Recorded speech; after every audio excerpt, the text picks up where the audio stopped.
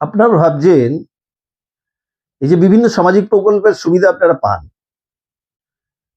সাধারণভাবে নিম্ন মধ্যবিত্ত মানুষ সবচেয়ে বেশি সুবিধা এগুলো পান।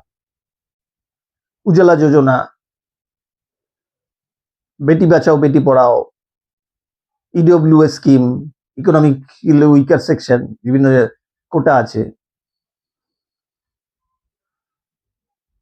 তারপরে পিএম আবাস যোজনা, তারপরে অন্নপূর্ণা ভান্ডার, তারপরে লাডলি বহিনা ভান্ডার বা লাডলি বহিনা যোজনা,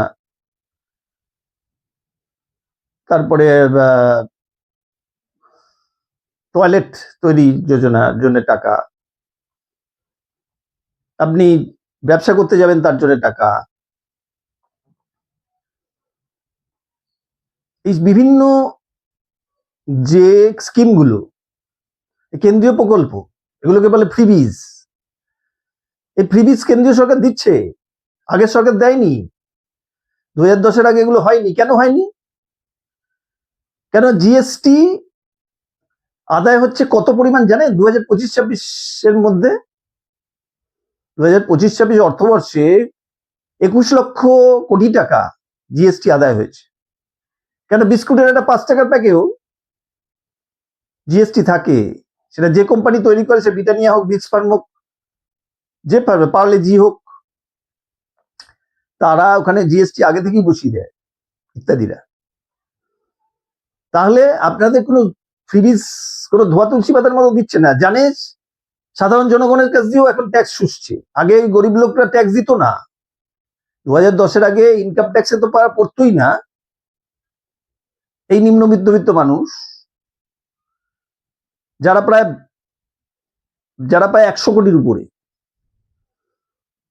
তারা তাদের জিনিসপত্র কেনার মধ্যে ট্যাক্স দিতে হচ্ছে।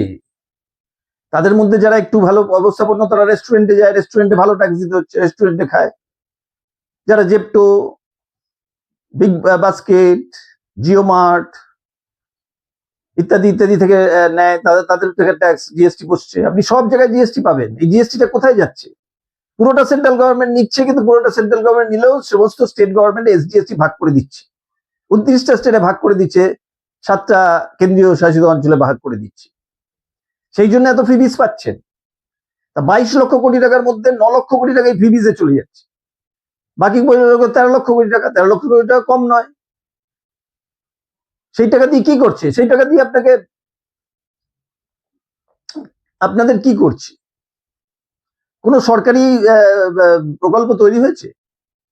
কোন সরকার নিজে থেকে তৈরি করছে? হসপিটাল তৈরি করছে? দেখেছেন দ্বারভাঙা এইমস এর অবস্থা? 1000 কোটি টাকা স্যাংশন হয়ে গেছে, শুধু দ্বারভাঙা হয়ে রয়েছে। দ্বারভাঙা পাটনার কাছে, বিহারে, সেখানে দ্বারভাঙাই দেখাচ্ছে, শুধু মেন গেটটা হয়ে রয়েছে। এইমস এর অবস্থা এরকম। 3টে এইমস করবো, হ্যাঁ, 4টে বানাবো, স্কুল বানাবো। স্কুলগুলো কোনো গভর্নমেন্ট স্কুল হচ্ছে না। গভর্নমেন্ট স্কুলগুলোর অবস্থা দেখছেন তো, যার জন্য আন্দোলন হচ্ছে। যখন স্কুলের ছাদ করে খুশে পড়ছে, মেঝে বাঁধানো নেই, বেঞ্চি নেই, জল খাওয়ার অনুপযুক্ত যে জল আছে, টিচার নেই, হাজার স্কুল বন্ধ হয়ে গেছে। প্রাইমারি স্কুল তো উঠেই গেছে, 5 লক্ষ প্রাইমারি স্কুল উঠে গেছে সরকারি। পড়াশোনা তাদের করতে হবে না। গরিব চাষি, তারা চাষিই থাকবে। কারণ পড়াশোনাটা তখন বড় লোকের হয়ে গেছে। বড় লোকরা টাকা দিয়ে ভালো জায়গায় যাবে।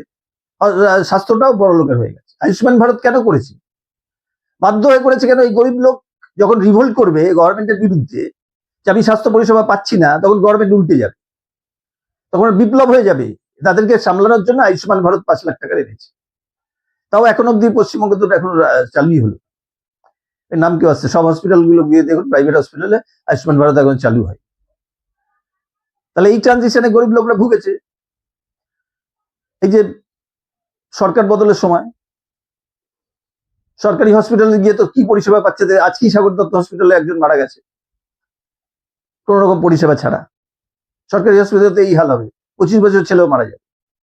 তাহলে এই যদি অবস্থা হয়, সরকার কি পরিষেবা গরিব লোককে দেবে? গরিব লোক একসময় রিভোল্ট করবে, এই সরকারের বিরুদ্ধে এগেনস্টে দখল করতে যাবে। পার্লামেন্ট যেমন দখল করতে গেছিল, তাদেরকে ঠেঙানি দিয়েছিল জেনজি ককরোচদের, সেরকম এমনি সাধারণ লোক ঘর থেকে বেরিয়ে তারা রিভোল্ট করতে যাবে। তাদেরকে বন্ধ করার জন্য এইসব ফ্রিবিজ দিয়ে তাদের আটকে রাখা হয়েছে। আপনারা 10-12 বছরের সরকারের চরিত্র দেখেছেন? বড় বড় যে সাদা গাড়িগুলো, মহিন্দ্রা গাড়িগুলো নিয়ে যায়, একটা সাধারণ লোকাল কমিটির মেম্বার, সে বড় মহিন্দ্রা গাড়ি চলে, স্নিকার জুতো পরে হাঁটে। এসব পয়সা কোথা থেকে আসছে? ওই 22 লক্ষ কোটি টাকা আপনার জিএসটি টাকা দিয়ে এরা ফুর্তি করে বেড়াচ্ছে। এটা যখন তখন প্লেনে যাচ্ছে। আজকে বিকেলে প্লেন ভাড়া করছে, তার ভাড়া হয়তো 1 লক্ষ টাকা আজ থেকে দিল্লি, সে চলে যাচ্ছে, আপনি যেতে পারছেন না। পেট্রোল আনবে না বলে ইরানের সাথে তিক্ততা করে আজকে পেট্রোলের দাম বাড়িয়েছে, গ্যাসের দাম বাড়িয়েছে, রান্নার গ্যাসের দাম বাড়িয়েছে। পেট্রোলিয়াম থেকে গ্যাসোলিন হয়, যেটা এরোপ্লেন চালায়, তার দাম বাড়িয়েছে। আর কত দাম বাড়াবে? সবজির দাম বাড়িয়েছে। আপনি ভাবছেন সরকার আপনাকে দিচ্ছে? 3,000 টাকা দিয়ে আপনার চলবেই না, এদিকে সুচেও নিচ্ছে। তাহলে এই হচ্ছে সরকারের অবস্থা। এই 22 লক্ষের মধ্যে 11 লক্ষ কোটি টাকা চাকরিজীবীরা দেয়, আর বাকি 10 লক্ষ কোটি টাকা কর্পোরেটরা দেয়। কর্পোরেটদের কত ইনকাম? আজকে আম্বানির 8.7 লক্ষ কোটি টাকা সম্পত্তি, আর আদানির 8.1 লক্ষ কোটি টাকা সম্পত্তি। এই টাকাতে আপনার ট্যাক্স দিতে হলে কত ট্যাক্স দিতে হবে? ট্যাক্স দেয় এরা ক্রমাগত ইনভেস্টমেন্ট দেখিয়ে যায়। আম্বানি আমাদের এখানে 50 একর জমি নিয়ে বসে আছে, নেবে কি বানাবে? হসপিটাল বানাবে। হসপিটাল এইমস তো সরকার বলেছে 4টে রাজ্য করবে, আবার হসপিটাল বানাবে। হসপিটাল বানাবে, শুষবে ওখানে দিয়ে পয়সা। ওটা ছিল, ওই 50 একর ছিল ডাটা সেন্টার বানাবার জন্য, ডাটা সেন্টার তুলে দিয়ে এখন উনি হসপিটাল বানাবেন। তা এই হচ্ছে পরিস্থিতি। তা আম্বানি আদানি এই যে ট্যাক্সের, ট্যাক্স দিতেই সরকারকে চলে যাবে, কেননা 12 লাখ অব্দি ছাড় দিয়েছে। 12 লাখের উপরে যারা আছে তাদের কি পরিমাণ ট্যাক্স দিতে হচ্ছে চাকরিজীবী তারা কল্পনা করতে পারবেন না। 12 লাখের মধ্যে কোনো ট্যাক্স দিতে হচ্ছে না কেন? 12 লাখের মধ্যে তো রেশন নেয়, তারা আছে। 80 লক্ষ লোককে রেশন দেয়। কোন দেশে রেশন দিতে হয় এরকম ভাবে? রেশন দিতে হয় কেন? যারা গরিব, তারা অপরাজ, হিন্দিতে বলে, তারা কোনো কাজ কর্মের যোগ্য না, তাদের সে 80 কোটি লোককে সেই জন্য রেশন দিয়ে থাকতে হচ্ছে। মোদী সব ভুলিয়ে রেখে দিয়েছে। এইসব নিয়ে বলতে গেলে সে হয়ে যাবে দেমাগি নকশাল, সে হয়ে যাবে আরবান নকশাল, সে হয়ে যাবে ককরোচ, এসব নাম দিয়ে দেবে। কোনো নকশাল না, এগুলো প্রশ্ন করতে হবে গভর্নমেন্টকে। আপনারা টাকা কি নিজের পকেট দিয়ে দিচ্ছেন? নিশ্চয়ই না। আপনাদের ফুর্তির তো শেষ নেই। মোদী বিদেশ সফরে 6,000 থেকে 8,000 কোটি টাকা খরচা করেছে নিজের এতদিনের 12 বছরে, শুধু প্রেসে আর সোশ্যাল মিডিয়া অ্যাডভার্টাইজমেন্ট দিয়ে 6,000 কোটি টাকা খরচা করেছে। কোথা থেকে আসছে? বুড়ি টাকা। প্রত্যেকটা রাজ্যে বিজেপির কেন্দ্র বানিয়েছে, বিশাল অট্টালিকা বানিয়েছে, সফিস্টিকেটেড বিল্ডিং বানিয়েছে। আরএসএস অব্দি দিল্লিতে কেশব কুঞ্জ বানিয়েছে 150 কোটি টাকা দিয়ে। আরএসএস বলে নিজে আমরা জনগণের জন্য করি, ভালো এর জন্য, সফিস্টিকেটেড বানিয়েছে। কারণ বিদেশ থেকে লোক আসবে, তাদের ডিগনিটাইজে রাখতে হবে। তারাও বিদেশ থেকে টাকা নিচ্ছে, অত সাধারণ এনজিওদের উপর তাদের চাপ। চীনের মতো কোনোদিন হতে পারবে না। চীনের টেনসেন্ট কোম্পানি, এইচডিএফসি ব্যাংকে তার ইনভেস্টমেন্ট আছে। চীনের পিপলস ব্যাংক অফ ইন্ডিয়ার অনেক ইনভেস্টমেন্ট ইন্ডিয়াতে আছে। সেগুলো কি বন্ধ করতে পারছে? পারবে না। তাহলে চীনের প্রযুক্তি নিয়ে পেটিএম বানিয়েছে, সেখানে মোদির ছবি প্রথমেই পেপারে ছবি দিয়েছিল, মোদির ছবি, পেটিএম। তারপর থেকে পেটিএম এর পরে পরপর আমাজনকে দিল, আমাজন এসছে, ভীম এসছে, ফোনপে এসছে। ফোনপে মানে আমার এই ধরে নিতে হবে, আমাজন। গুগল পে এসছে, সবগুলো পরে এসছে। তাই চীনকে দিয়ে প্রথমে ইন্ট্রোডিউস করিয়েছে, কেন চীনে অনেক আগে এইসব এসে গেছে। ভারতকে বিশ্বগুরু দেখিয়েছিল, যেমন বাজপেয়ী সরকার দেখিয়েছিল ইন্ডিয়া শাইনিং। কি ইন্ডিয়া শাইনিং হয়েছিল? শুধু হাইড্রোজেন বোম ফাটিয়ে, আর কন্দাহারের প্লেন হাইজ্যাক হয়েছিল, সেটাকে ছাড়িয়ে নিয়ে এসছে, তার মধ্যে একটা মেয়ে মারা গেছে, এয়ার হোস্টেস। এই করিয়েছিল। মাসুদ আজহারকে ছেড়ে দিয়েছে। সেই মাসুদ আজহারকে এবারও বোম ফেলে মারেনি, কেন একে টিকিয়ে রাখবে। কেন মাসুদ আজহার যতদিন টিকে থাকবে ততদিন বিজেপিও টিকে থাকবে। কেন এরা জোর করে এখন অব্দি যে পুলওয়ামা ঘটনা ঘটেছিল, এখনো সেখানকার রাজ্যপাল এখন মারা গেছে, সে রাজ্যপাল তো বলেছিল তাদেরকে প্লেনে করে নিয়ে যাওয়ার কথা ছিল, তাকে রাস্তা দিয়ে নিয়ে গিয়ে বোম ফাটিয়ে মারা হয়েছে। এখন মোদিজি সেনাবাহিনীর এত ভক্তি দেখায়, উনি কান্নার চোখে বলছে সেনাবাহিনীর জন্য করছেন।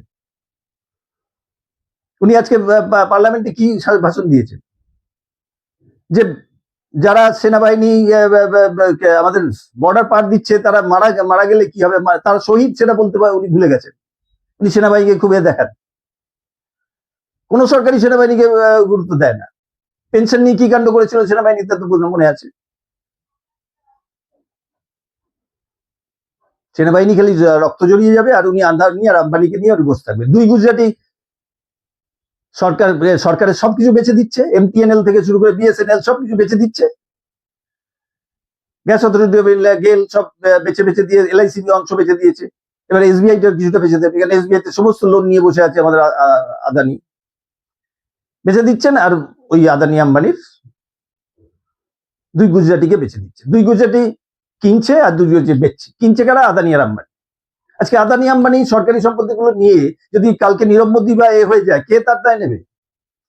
কালকে যদি নীরব মোদী বা বিজয় মাল্য হয়ে যায়, নীরব মোদী বিজয় মাল্য এদেরকে আনতে পেরেছে? ললিত মোদী আনতে পেরেছে তাদেরকে?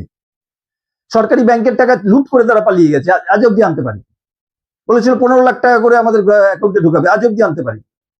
এগুলো নিয়ে প্রশ্ন করলেই মোদীজি চুপ করে থাকে, শুধু খালি বিশ্বগুরু দেখিয়ে গেছে। কোনোদিন বিশ্বগুরু হবে না, কোনোদিন হয় না, মরে গেলেও হবে না। ও যখন 2007 সালে মোদী বেঁচে থাকবে, 2007 সালে অমিত শাহ বেঁচে থাকবে, 2047-এ একটা মানুষের গড় আয়ু কত হতে পারে?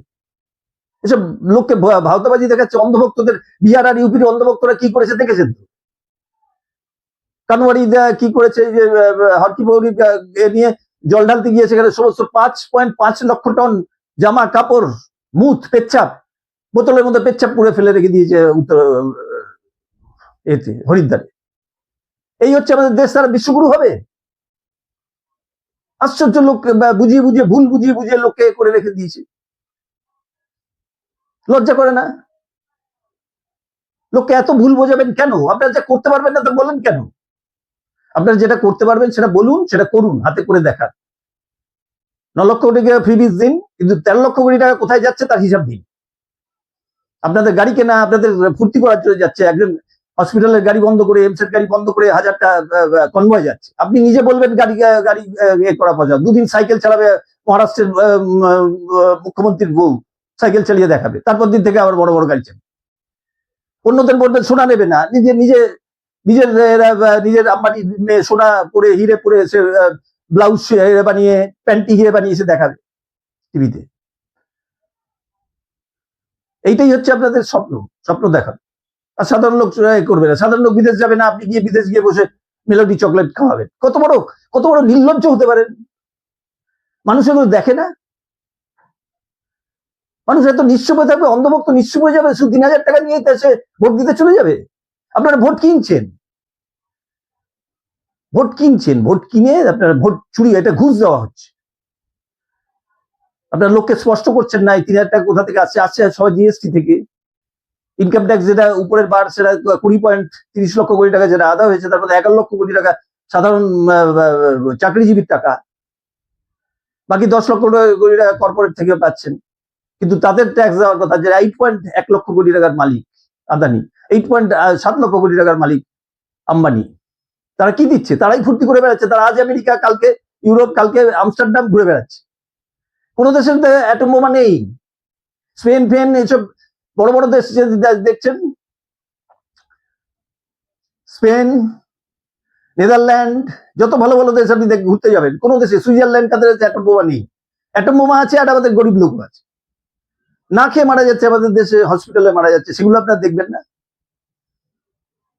অ্যাটম বোমা নিয়ে, হাইড্রোজেন বোমা নিয়ে আমি কি করবো? শুধু পাকিস্তানকে চমকাবো? পাকিস্তান ওই জন্য অ্যাটম বোমা নিয়ে ভিখারি বানিয়ে রেখেছে দেশটাকে, আমরাও অ্যাটম বোমা নিয়ে ভিখারি বানিয়ে রাখি, সব অস্ত্র নিয়ে ভিখারি বানিয়ে রাখি। আগে দেশটাকে মানুষ করুন, দেশের ভিখারি তুলুন, মানুষকে মানুষের মতো বাঁচতে দিন, সবার সব রকম তাদেরকে সুযোগ সুবিধা দিন। খালি বিশ্বগুরু বিশ্বগুরু বানিয়ে রাখবেন, একদম ভাওতা দিয়ে রাখবেন, পুরো জুমলা।